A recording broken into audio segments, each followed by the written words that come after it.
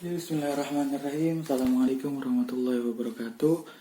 Saya Muhammad Tirtantia Kusuma Putra dari kelompok 1 akan menjelaskan sedikit tentang apa sih manfaat sastra, apa sih yang kita dapat setelah kita mempelajari tentang sastra.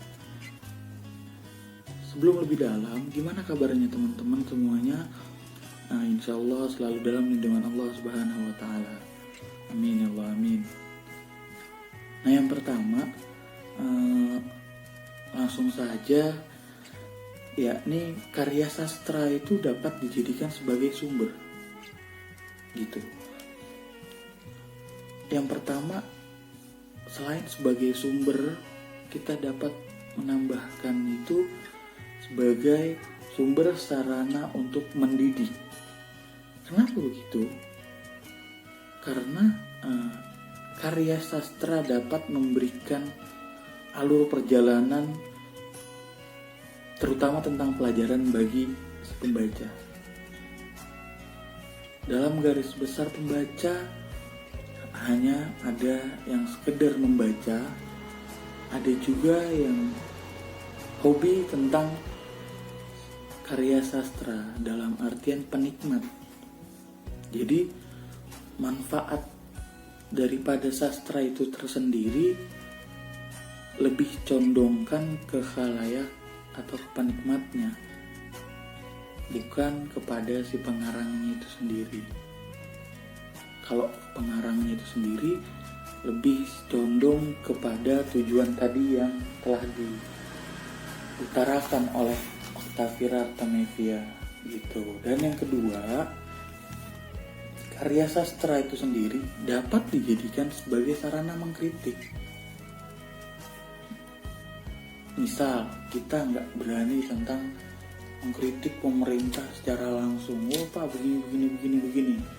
Tapi melalui untaian kata yang kita udah tahu, ilmunya yang kita tahu tentang penyusunan buku, nah, kitalah mulai merancang sedikit demi sedikit, mungkin menyusun tentang judul kritik tentang Orba gitu, kritik tentang Soeharto begini misalkan, kan gitu. Nah, yang ketiga, kesadaran dan kebenaran hidup yang telah dialami oleh si pengarang, teman-teman.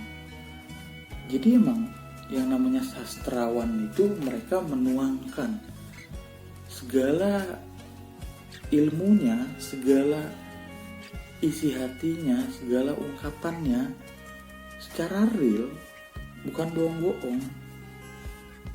Seperti kayak Khairil Tanjung, Rendra, mereka menuangkan segala isi hatinya, mengungkapkan segala yang mereka telah dapat di dalam hidupnya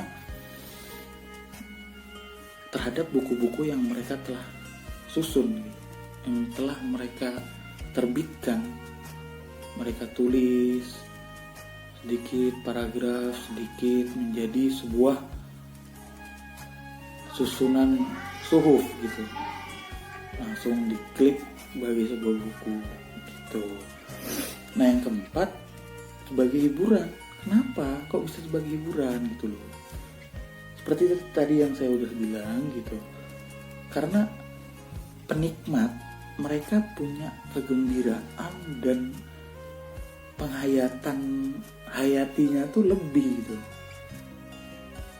Mereka bisa menikmati kegembiraan tersendiri. Kayak misalkan kita lagi belajar di rumah sekarang, secara ngapain sih kita di rumah lama-lama gitu kan. Tapi berbeda sama orang-orang yang memiliki hobinya masing-masing.